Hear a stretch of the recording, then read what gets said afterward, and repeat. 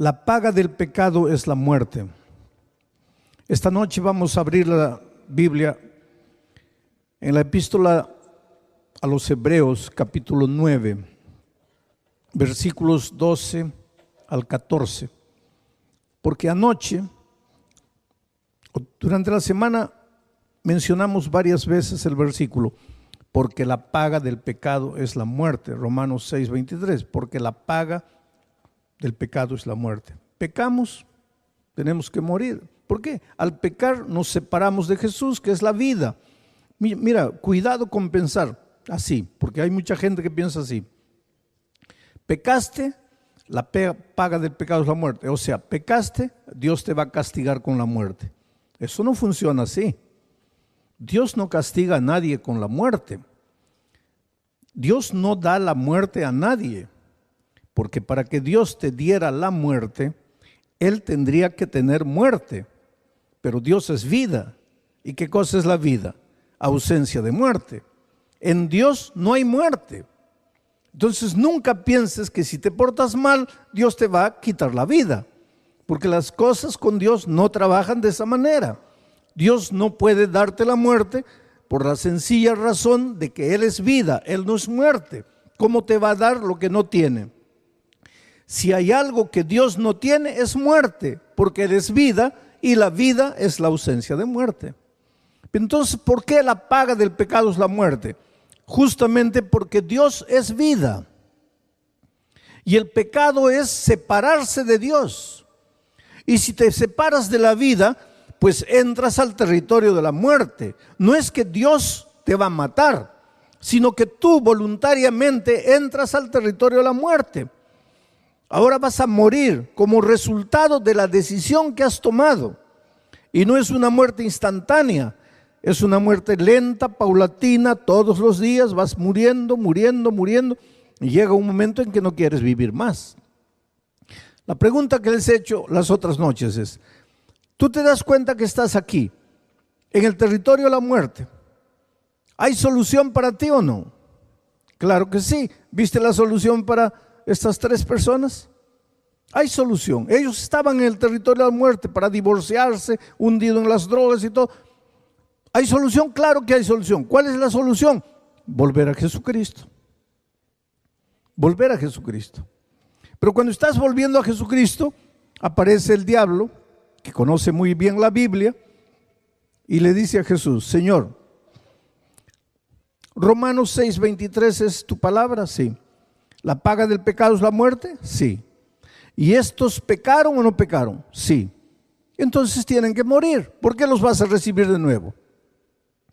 Ahí entra la persona maravillosa de Cristo, que dice, ellos pecaron y merecen morir, pero yo fui a la tierra como ser humano, fui tentado en todo, pero no pequé. Por lo tanto, yo no merecía morir, y sin embargo morí. ¿Para qué? Para darle mi muerte al hombre, para que el hombre que merece morir pague su deuda con mi muerte. Todo lo que el hombre tiene que hacer es creer en mí, aceptar que yo morí, y entonces él está perdonado. Ahora, este tema, Dios necesitaba ilustrarlo, y lo ilustró en el santuario, y anoche ese fue nuestro tema. ¿Qué pasaba en el santuario? El israelita pecador, para pedir perdón, se dirigía al templo llevando un corderito en la mano.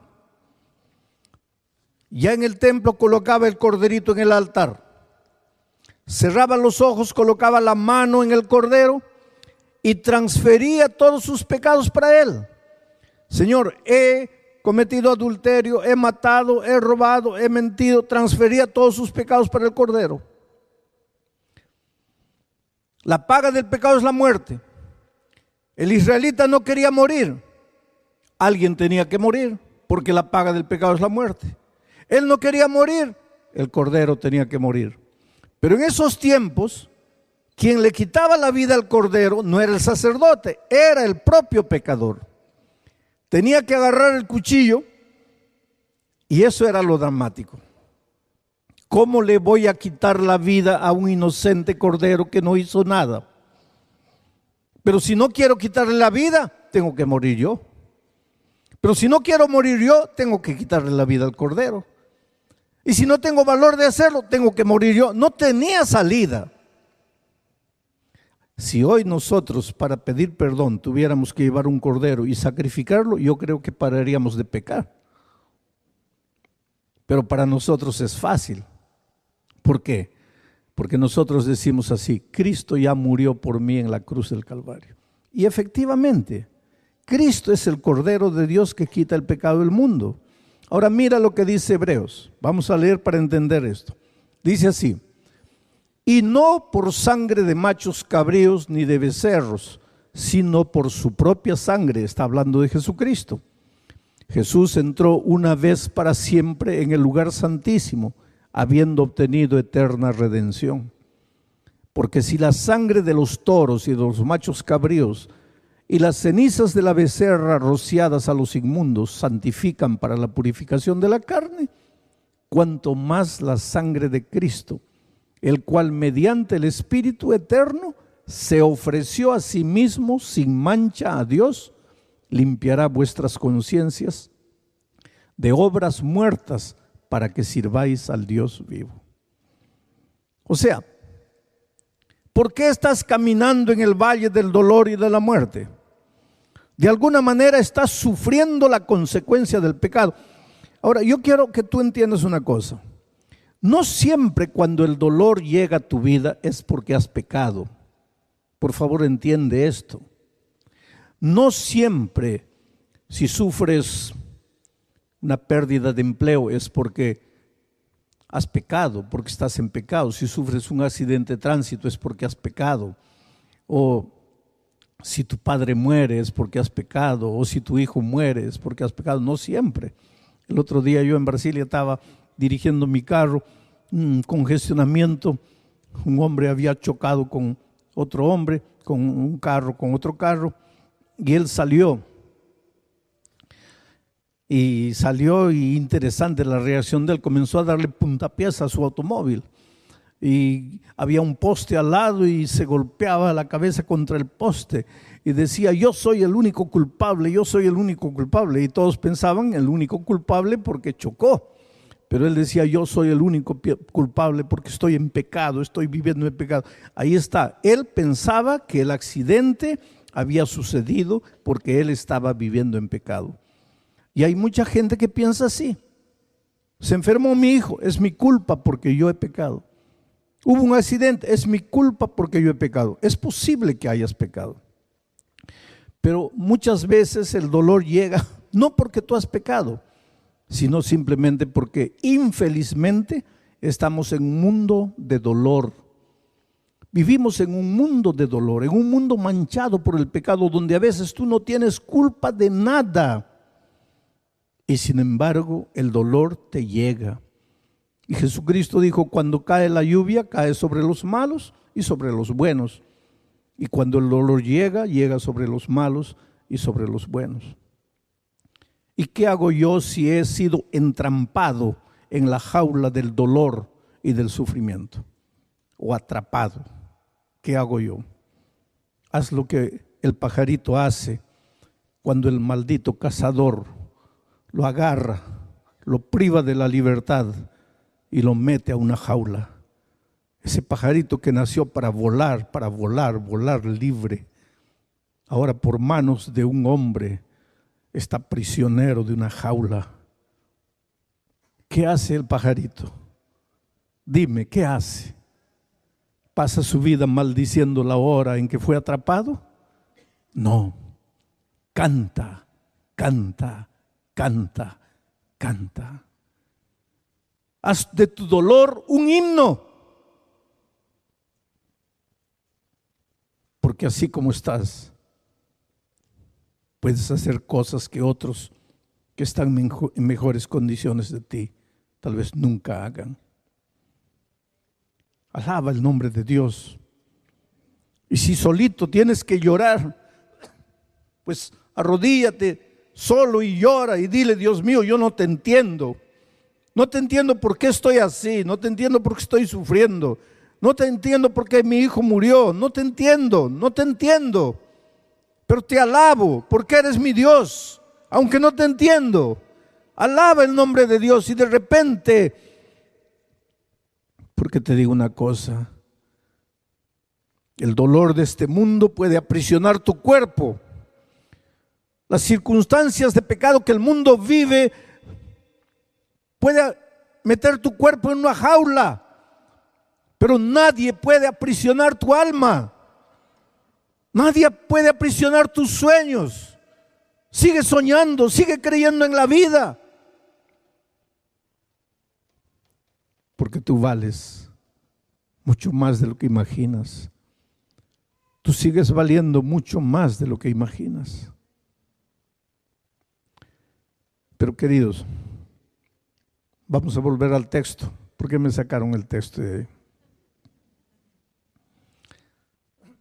¿Qué dice el texto?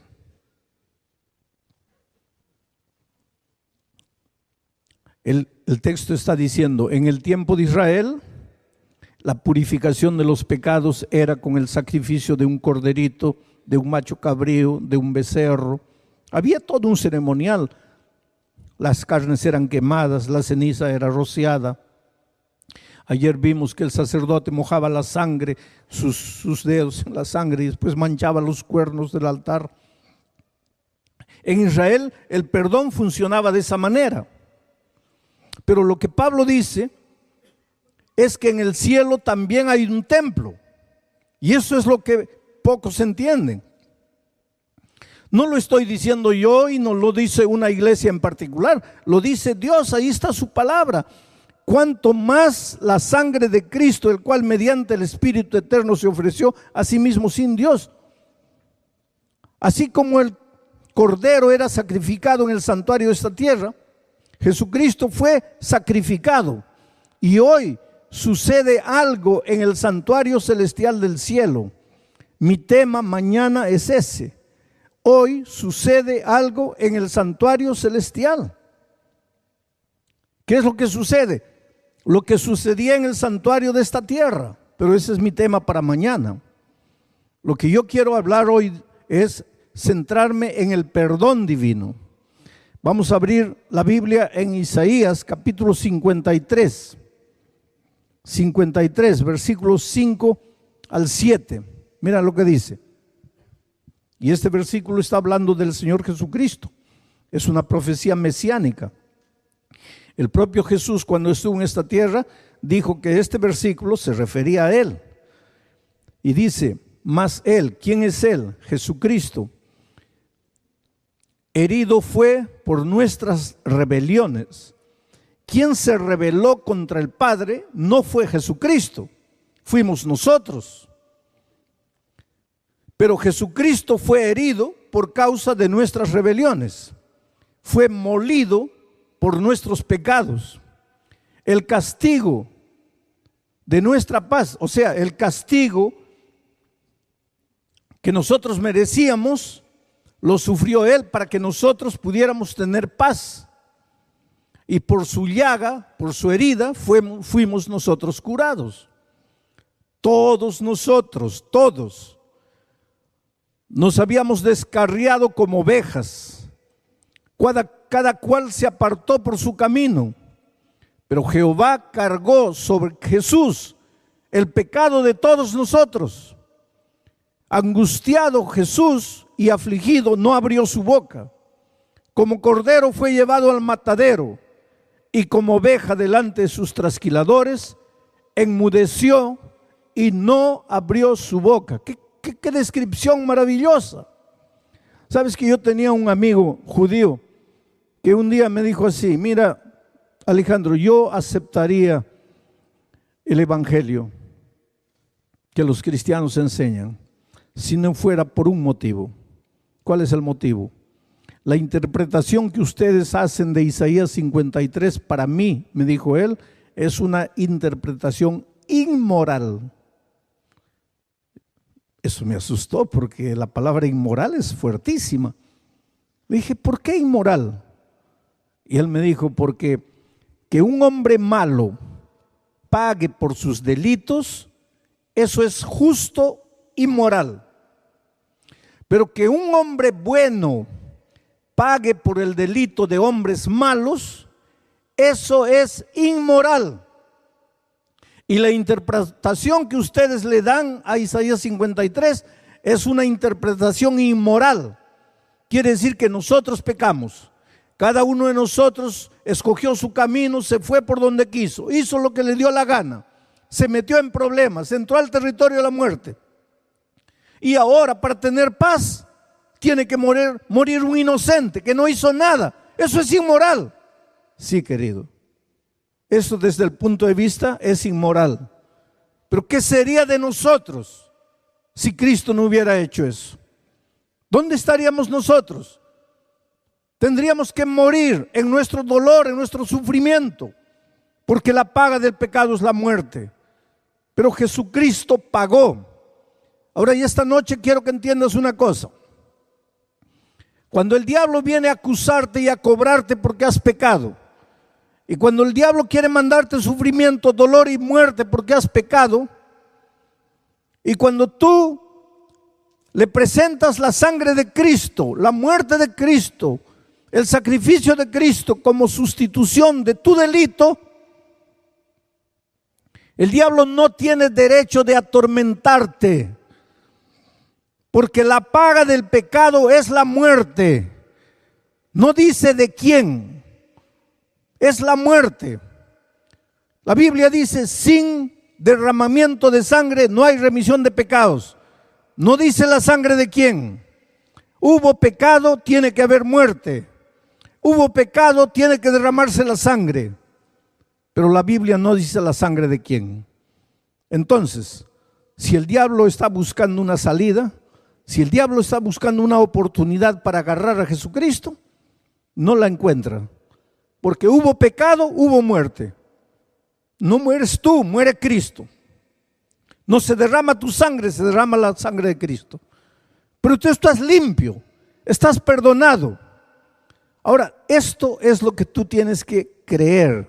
Nadie puede creer por ti. ¿Sabes por qué? Porque la culpa, querido, la culpa destruye la vida. Hay mucha gente que no prospera en la vida profesional porque la culpa en su inconsciente le dice: no mereces ser feliz, no mereces vencer, no mereces crecer.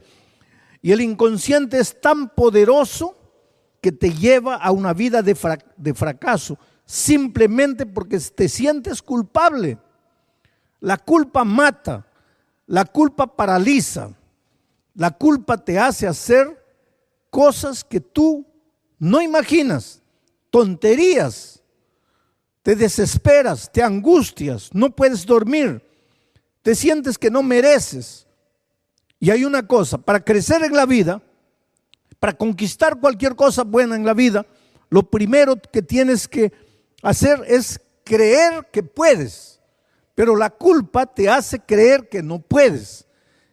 La culpa te hace creer que has nacido para vivir arrastrándote en la tierra, que ganando $8 por hora ya está bien, que teniendo dónde dormir y con qué comer ya está bien. Pero Dios te ha creado para caminar sobre alturas insondables. En Isaías 58 dice: te haré cabalgar por las alturas de la tierra, te daré a comer la heredad de Jacob tu padre, porque la boca de Jehová lo ha hablado. Ahora piensa en esta pregunta, piensa en esta promesa. Primero dice así: la boca de Jehová lo ha hablado. No es la boca de Bullón, no es la boca de ningún ser humano, no es la boca de un pastor. La boca de Jehová lo ha hablado. ¿Y qué es lo que ha hablado la boca de Jehová? Te haré cabalgar por las alturas de la tierra. ¿Quiénes cabalgaban por las alturas de la tierra en aquellos tiempos? Los comandantes de los ejércitos victoriosos. ¿Y qué es lo que Jesús te está diciendo cuando dice: te haré cabalgar por las alturas de la tierra?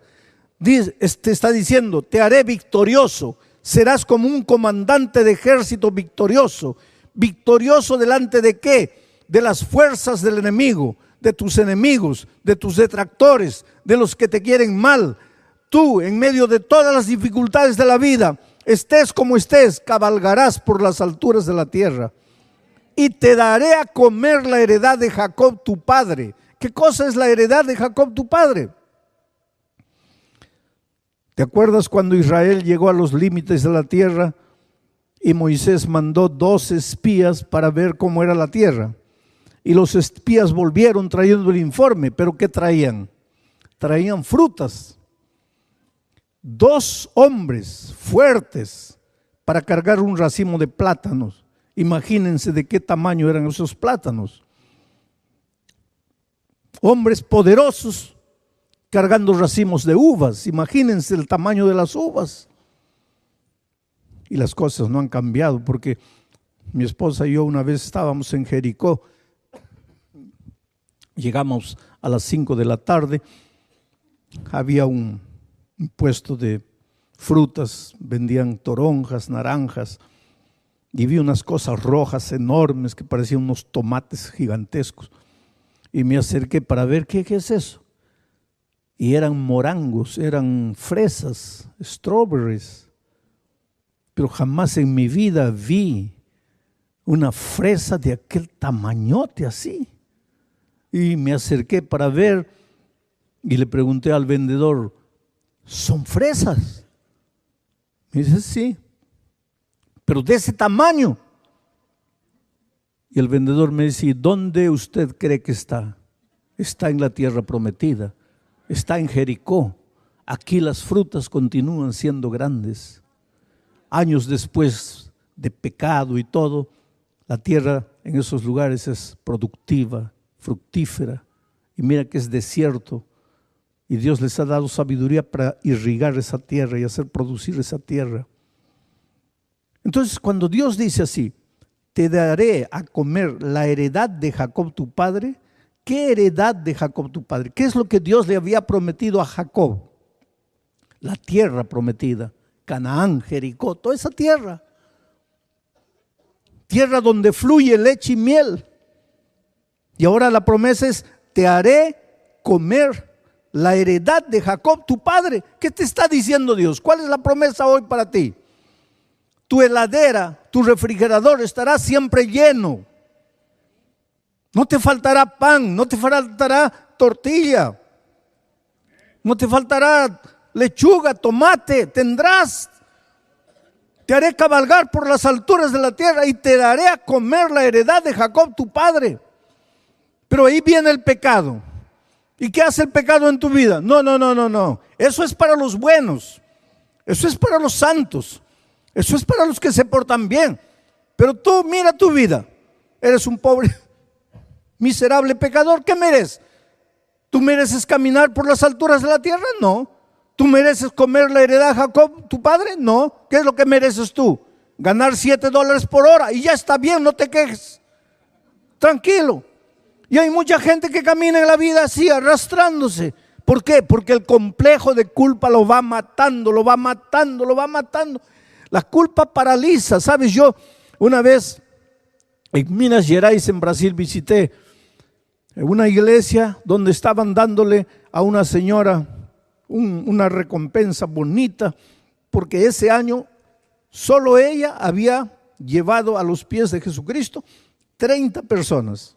Ella solita, una misionera extraordinaria, y la iglesia le estaba dando un premio por ser una misionera dedicada. Algunos años después yo regresé a la misma ciudad, prediqué en la misma iglesia, me acordé de esa hermana. Pregunté al pastor, ¿se acuerdan de esa hermana misionera que todos los años traía personas para Cristo? Ah, me dice, sí, pero la pobre no puede andar. Está en una silla de ruedas, no se mueve. ¿Qué es lo que le pasó? Nadie sabe. ¿Pero cómo? ¿Sufrió algún accidente? No. Simplemente un día se le fue paralizando la mano, después se le paralizaron las piernas. El esposo hacendado, tiene mucho dinero, la ha llevado a Alemania, la ha llevado a Estados Unidos, ha consultado con toda la gente ahí, los mejores médicos. Nadie entiende, y un médico dice que su problema es emocional, que su mente está matando su cuerpo, y ahí está paralítica completamente. Y realmente había el mal había logrado matarla del cuello para abajo, no movía nada, solo movía la cabeza. Y el pastor me dijo, yo creo que deberíamos visitarlo, ha sido una hermana tan misionera. Y dije, sí, yo me acuerdo el día que le hicieron una fiesta aquí, vamos. Y fuimos a verla. Entré al cuarto, ahí estaba un cadáver, literalmente. Agarré sus manos entre mis manos, unas manos frías.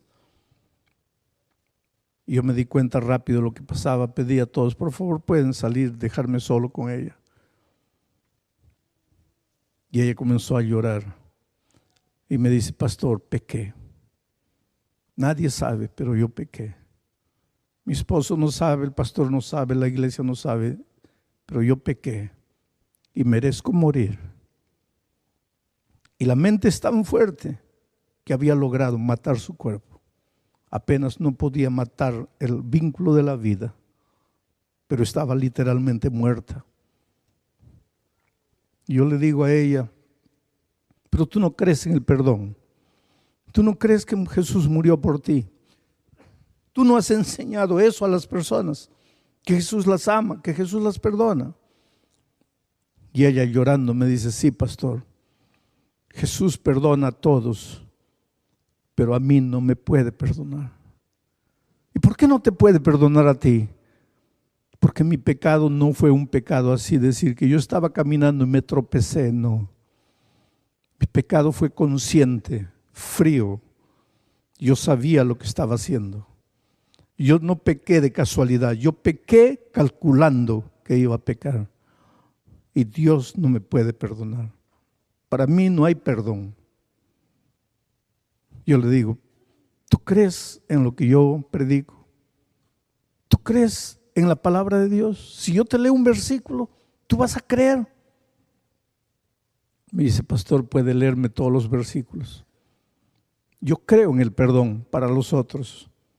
Para mí no, porque yo no merezco perdón. Yo encuentro mucha gente que me dice así, pastor, está bien, Dios me perdona, pero yo no me perdono. Ahora yo te hago una pregunta con todo respeto. Tú no te perdonas. Entonces dime, ¿quién eres tú para no perdonarte? ¿Tú moriste por ti en la cruz? ¿A ti te azotaron? ¿A ti te escupieron en la cara? ¿A ti te maltrataron? ¿A ti te clavaron las manos en la cruz? ¿Tu sangre fue derramada? Entonces, ¿qué derecho tienes tú de decir no me perdono? Porque el único que podría decirte no te perdono es aquel que murió por ti. ¿Tú moriste por ti? No. Entonces, ¿qué derecho tienes de decir no me perdono? En el nombre de Jesucristo, levántate, toma tu lecho y anda. En el nombre de Jesucristo, acepta el perdón, cree en el perdón maravilloso. Yo estaba saliendo después de predicar un sermón como este de un estadio y una señora corrió atrás de mí y me dice, pastor, no sé cómo agradecerle su predicación esta noche. Cuando yo tenía 16 años quedé embarazada. Mi padre no supo, mi madre no supo, mis hermanos, ni siquiera mi enamorado, mi novio, supo. Yo me fui a otra ciudad diciendo que visitaba a una tía, provoqué un aborto y volví. Y pasaron los años, nadie supo nada. Algunos años después me casé con el que ahora es mi esposo, un hombre bueno. Tengo 3 hijos. Ya pasaron 30 años, pastor. Pero en las noches no puedo dormir. Tengo pesadillas horribles. Sueño que un niño sin rostro me mira y dice así, mamita, no me mates, no me mates. Me despierto desesperada. Tengo miedo de que mi esposo descubra mis pesadillas y descubra mi pasado. A veces despierto con pesadillas porque estoy entrando al baño y veo en el baño escrito con lápiz labial, asesina. Otras veces me despierto, mis manos están manchadas de sangre, una criatura muriendo ensangrentada, yo la maté. 30 años, pastor, cargando el peso del dolor, el peso de la culpa. ¿Cuántas veces mi esposo ya quiso divorciarse de mí porque no soy capaz de hacerlo feliz?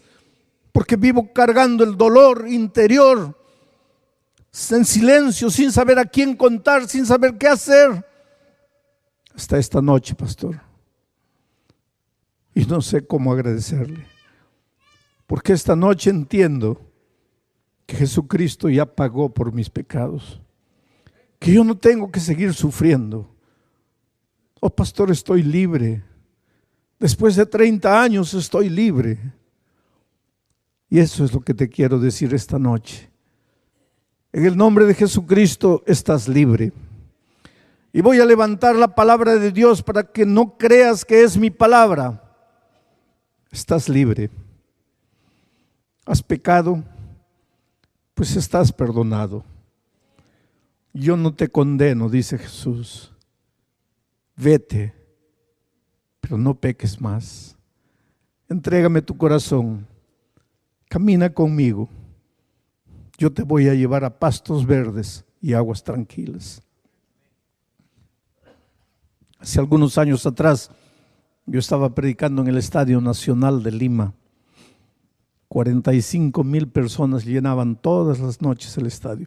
Eran los tiempos del presidente Fujimori, que hoy está preso. Eran los tiempos de ese movimiento guerrillero terrible llamado el Sendero Luminoso. Una noche se acercó de mí un hombre con una boina negra, una bufanda, era mes de junio, mucho frío, lentes oscuros en medio de la noche. Y me dice: pastor, yo soy uno de los guerrilleros del Sendero Luminoso. Pensé que estaba jugando, porque si fuera un guerrillero, ¿verdad? Porque tenía que decirme que era guerrillero. Ellos viven escondidos. Pero él dice: mire, yo no vine aquí para escuchar el evangelio. Yo vine aquí porque nosotros estamos presentes en todas las reuniones públicas. Yo vine aquí a mando de mi grupo, cumpliendo un deber. Nosotros estamos donde hay gente. Le dije: oye, cuidado con querer hacer alguna cosa aquí. Aquí somos cristianos, estamos estudiando la palabra de Dios, no le hacemos mal a nadie. Me dice: no, pastor, no tenga miedo, yo no voy a hacer nada. Yo vine para hablar con usted por lo siguiente. He matado mucha gente, porque este movimiento era tan salvaje y terrible, ¿sabes? Entraban a un pequeño caserío en el interior del país, mataban hombres, mujeres, niños, mataban a todo el mundo. ¿Para qué? Para que cuando llegaran al siguiente pueblo ya nadie les opusiera resistencia de miedo, porque habían escuchado lo que sucedió aquí. Pero ellos mataron miles y miles de personas inocentes, sin culpa. Yo le dije: pero ¿por qué hacen una cosa de esas? Y él dice: porque esta sociedad está podrida. Hay que destruir esta sociedad para construir una nueva sociedad. Pero me dijo: anoche yo estuve aquí y anoche entendí que toda la sangre que tiene que ser derramada para construir un nuevo hombre ya fue derramada en la cruz del Calvario. Pero ¿qué quieres que haga ahora con mis manos manchadas de sangre? ¿Qué quieres que haga con mis noches de pesadilla en que gente inocente arrodillada me pide que no la mate? ¿Qué quieres que haga con mi historia? Yo merezco morir. Para mí no hay perdón. Yo no sé lo que has hecho en tu vida, querido. Yo no sé a dónde te has ido. Yo no sé cuán bajo has caído. Yo te puedo ver esta noche, pero ver tu rostro, ver tu cuerpo. Yo no puedo ver el fondo de tu corazón. Yo no conozco tu historia. Tal vez tú esta noche, como aquel guerrillero, te preguntes: sí, yo no he matado a nadie, pero yo no merezco vivir. Lo que he hecho en la vida de personas inocentes no es justo. Yo merezco morir. Y yo te digo: sí, tú y yo merecemos morir. La paga del pecado es la muerte. No tenemos derecho a la vida, pero Dios te ama tanto que dejó todo, el Señor Jesucristo, ahí en el cielo, y vino a morir la muerte de un delincuente, y clavado en la cruz murió en silencio. Podía reclamar un solo pensamiento, podía aniquilar a todos los que se estaban burlando de él, pero murió la muerte de cruz porque te amó. Entonces, en tus horas de soledad, cuando no puedes dormir, cuando piensas que estás perdido, que se acabó todo para ti, que no mereces, mira la cruz del Calvario y ve un Jesús que te ama, que te ama y que te ama y que te amará hasta la muerte. ¿Qué harás por Él?